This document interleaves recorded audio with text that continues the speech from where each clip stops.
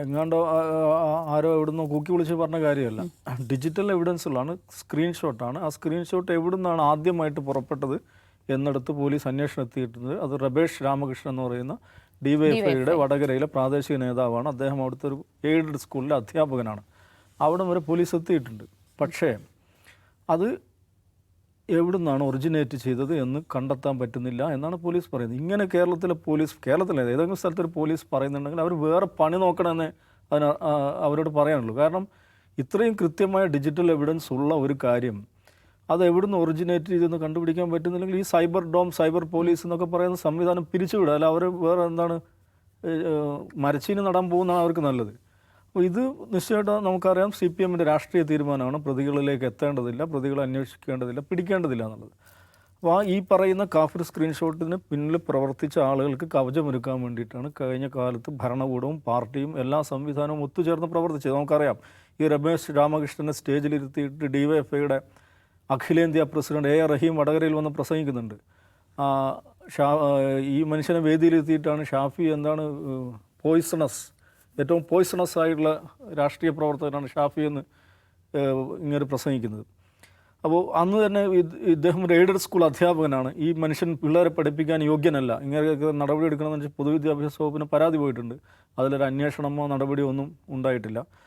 ഇത് ഒരു ചെറിയ കാര്യമല്ല. കാഫിർ സ്ക്രീൻഷോട്ട് എന്ന് പറയുന്നത് കേരളീയ സമൂഹത്തെ നെടുകെ പിളർത്താൻ വേണ്ടി CPM നടത്തിയ ഒരു പരിപാടിയുടെ പേരായിരുന്നു. അവരുടെ ഏറ്റവും പ്രിയപ്പെട്ട ഒരു സ്ഥാനാർത്ഥി, അവരുടെ കാഴ്ചപ്പാടിൽ കേരളത്തിലെ ഏറ്റവും കാൽപ്പനികവൽക്കരിക്കപ്പെട്ട ഒരു നേതൃബിംബം ആയിട്ടുള്ള KK ശൈലജയെ വടകരയിൽ ജയിപ്പിക്കാൻ വേണ്ടി അവർ നടത്തിയിട്ടുള്ള വൃത്തികെട്ട അങ്ങേയറ്റം വഷളായിട്ടുള്ള ഒരു വർഗീയ അജണ്ട, അതിൻ്റെ ഭാഗമാണ് കാഫിർ സ്ക്രീൻഷോട്ട് എന്ന് പറയുന്നത്. എന്ന് പറഞ്ഞാൽ മുസ്ലിം ലീഗിൻ്റെ ഒരു നേതാവ് എഴുതി എന്ന രീതിയിൽ ഒരു ഭാഗത്ത് എന്താണ് 5 നേരം നമസ്കരിക്കുന്ന ഒരാൾ, മറുഭാഗത്ത് കാഫിറായിട്ടുള്ള ഒരാൾ നിങ്ങൾ ആർക്ക് വോട്ട് ചെയ്യുന്നു എന്ന അർത്ഥത്തിലുള്ള വ്യാജമായൊരു സ്ക്രീൻഷോട്ട് ഒരു മുസ്ലിം ലീഗ് നേതാവിൻ്റെ പേരിൽ അവരുണ്ടാക്കുന്നു. അത് പ്രചരിപ്പിക്കുന്നു.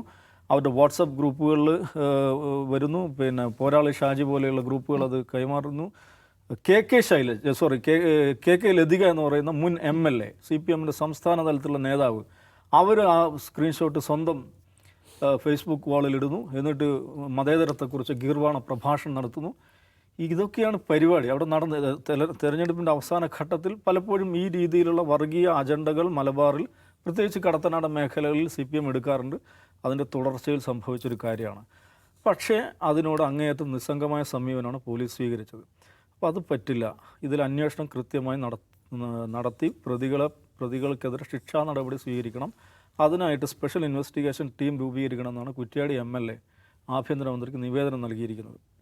അതിൽ ആഭ്യന്തര വകുപ്പ് എന്ത് നിലപാട് സ്വീകരിക്കും എന്നുള്ളത് വളരെ പ്രധാനമായ കാര്യമാണ്. കാരണം ഇതേതെങ്കിലും ഒരു വ്യക്തിയുമായി ബന്ധപ്പെട്ട, റിബേഷ് രാമകൃഷ്ണനുമായി ബന്ധപ്പെട്ട, അല്ലെ KK ലതികയുമായി ബന്ധപ്പെട്ട വിഷയം മാത്രമല്ല, ഇതൊരു സമുദായത്തിനേരെ നടത്തിയ സാംസ്കാരികമായ അതിക്രമമാണ്, വർഗീയമായ അതിക്രമമാണ്. ഇതിലൂടെ CPM പറയാൻ ശ്രമിക്കുന്നത് എന്താണ്? ഈ മുസ്ലിങ്ങൾ എന്ന് പറയുന്ന ജനവിഭാഗം അവർ നിസ്കരിക്കുന്ന ആളാണോ അല്ലാത്തവരാണോ, മുസ്ലിമാണോ അല്ലാത്തവരാണോ എന്ന് നോക്കി വോട്ട് ചെയ്യുന്ന ഒരു അധകൃത ജന്മമാണ്, ഒരു അധകൃത വർഗമാണ് ഈ കൂട്ടർ എന്ന് സ്ഥാപിക്കുക. അതാണ് CPM ചെയ്തുകൊണ്ടിരിക്കുന്നത്. അത് വടകരയിൽ അവരത് ചെയ്തു. നോക്കൂ, കഴിഞ്ഞ പേരാമ്പ്ര ഇലക്ഷനിൽ നമ്മൾ കണ്ടതാണ്. അവരുടെ LDFൻ്റെ സംസ്ഥാന കൺവീനർ TP രാമകൃഷ്ണൻ മത്സരിക്കുന്നിടത്താണ് അവർ അനൗൺസ്മെൻറ്റ് വാഹനം പോവുകയാണ്, ഖൗമിലെ കുട്ടിക്ക് അവർ വോട്ട് ചോദിക്കുന്നു എന്ന് പറഞ്ഞിട്ട്. അപ്പോൾ ഈ അനൗൺസ്മെൻറ്റ് ഒരാൾ മൈക്ക് കയ്യിൽ കിട്ടുമ്പോൾ ആവേശത്തിൽ വിളിച്ചു പറയുന്നതല്ല, നേരത്തെ സ്ക്രിപ്റ്റ് എഴുതി സ്റ്റുഡിയോയിൽ റെക്കോർഡ് ചെയ്ത് ഓഡിയോ ഫയലാക്കി വെച്ചത് ആവശ്യത്തിന് പ്ലേ ചെയ്യുകയാണ്. അതിൽ സംഭവിച്ചതെന്ന് വെച്ചാൽ തെരഞ്ഞെടുപ്പിൻ്റെ അവസാന നാളുകളിൽ പ്ലേ ചെയ്യേണ്ട ഓഡിയോ ഫയൽ ആദ്യത്തിൽ പ്ലേ ചെയ്തു പോയി എന്നുള്ളത് മാത്രമാണ് അത് സംഭവിച്ചത്. അവസാന നാളിലാകുമ്പോൾ ഇതൊന്നും ആളുകൾ അത്ര വലിയ സ്ക്രൂട്ടിനിക്ക് വിധേയമാക്കുകയില്ല. അവിടെയും ശ്രദ്ധിക്കണം, DYFIയുടെ നേതാവായുള്ള സജീഷ് ആണ് അവിടുത്തെ തെരഞ്ഞെടുപ്പ് പ്രചാരണ കമ്മിറ്റി ചെയർമാനായിട്ടുള്ള ആൾ, അതിന് നേതൃത്വം കൊടുക്കുന്ന ആൾ. ഇവിടെയും DYFIയുടെ ആളുകൾ തന്നെയാണ് നേതൃത്വം കൊടുത്തിരിക്കുന്നത്.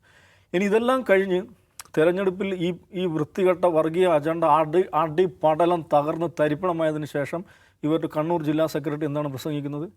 ന്യൂനപക്ഷ വർഗീയത തിമർത്താടിയ തെരഞ്ഞെടുപ്പാണിത് എന്നാണ്. പള്ളിയും മതവും നോക്കി മുസ്ലിം ലീഗും ജമാഅത്തെ ഇസ്ലാമിയും വോട്ട് പിടിച്ചു, ന്യൂനപക്ഷ വർഗീയത തിമർത്താടിയ തെരഞ്ഞെടുപ്പാണിതെന്ന് എന്ന് പറഞ്ഞാൽ CPIM എന്താണ് അവർ ചെയ്തുകൊണ്ടിരിക്കുന്ന ഈ അത്യന്തം ഹീനമായി വർഗീയ അജണ്ട എന്താണ്, അതിൻ്റെ ആഘാതം എന്താണ്, അവരുടെ പാർട്ടിക്ക് മുന്നണിക്കും തന്നെ ഏൽപ്പിച്ചിട്ടുള്ള ആഘാതം എന്താണ്? എന്നതിനെക്കുറിച്ച് ഇപ്പോഴും ഒരു ചുക്കും മനസ്സിലാക്കിയിട്ടില്ലെന്നാണ് അതിൽ നിന്ന് നമുക്ക് മനസ്സിലാക്കാൻ സാധിക്കുന്നത്. അതെന്തോ ആവട്ടെ, അവരുടെ പാർട്ടിയുടെ കാര്യം, അവരുടെ നേതാക്കന്മാരുടെ മനോഗതം ഒക്കെയാണ്. പക്ഷേ കാഫിർ സ്ക്രീൻഷോട്ട് എന്ന് പറയുന്ന ആ സംഭവം, അതിനു മുമ്പ് ഇതേ വടകരയിൽ തന്നെയാണ് മാഷാ അള്ളാഹ് സ്റ്റിക്കർ ഒട്ടിച്ച ഒരു ഇന്നോവ കാർ ഒരു മുൻ കമ്മ്യൂണിസ്റ്റിനെ കുലംകുത്തി എന്ന് മുദ്ര വെച്ച ഒരു കമ്മ്യൂണിസ്റ്റിനെ എന്താണ് 52 വെട്ടുവെട്ടി കൊലപ്പെടുത്തിയത്.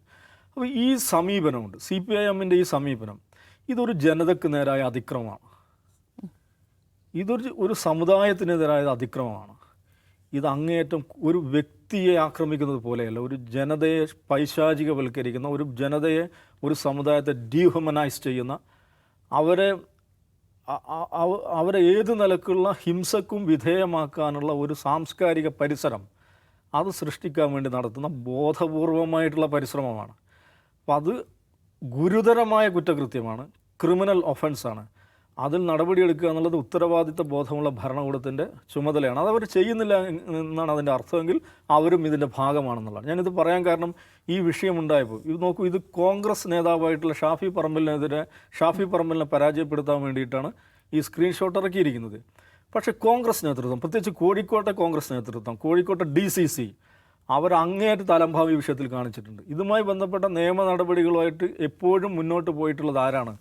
ഷാഫി പറമ്പിലിൻ്റെ ഇലക്ഷൻ ക്യാമ്പയിൻ കമ്മിറ്റിയോ ഇലക്ഷൻ ടീമോ പ്രവീണിൻ്റെ നേതൃത്വത്തിലുള്ള കോഴിക്കോട്ടെ DCC ഒന്നുമല്ല. അവിടെയുള്ള ഇതിന് ഇരയാക്കപ്പെട്ട അവിടുത്തെ മുസ്ലിം ലീഗിൻ്റെ പ്രവർത്തകരാണ്.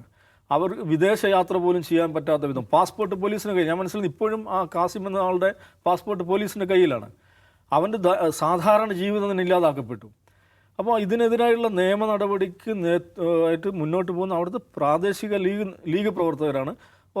ഈ പാറക്കൽ അബ്ദുല്ല എന്ന് പറയുന്ന നേതാവ്, അദ്ദേഹം വളരെ ശക്തമായി അവരോടൊപ്പമുണ്ട്, അദ്ദേഹം അതിന് നേതൃത്വം കൊടുക്കുന്നുണ്ട്. പക്ഷേ കോഴിക്കോട്ടെ DCC ഇതിലെന്തു ചെയ്തു? കോൺഗ്രസ് നേതൃത്വം ഇതിലെന്തു ചെയ്തു?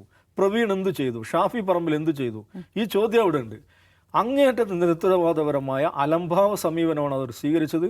ഇതേ സമീപനം തന്നെയാണ് ആഭ്യന്തര വകുപ്പും സ്വീകരിക്കുന്നതെങ്കിൽ ഈ കാഫിർ സ്ക്രീൻഷോട്ട് ഉപയോഗിച്ച് വോട്ട് പിടിക്കാൻ, സാമുദായിക വിഭജനം സൃഷ്ടിക്കാൻ ശ്രമിച്ച ആളുകൾ എന്ത് അപരാധമാണോ ചെയ്തത്, ആ അപരാധം തന്നെ ഇവർ ആവർത്തിക്കുന്നതായിരിക്കും.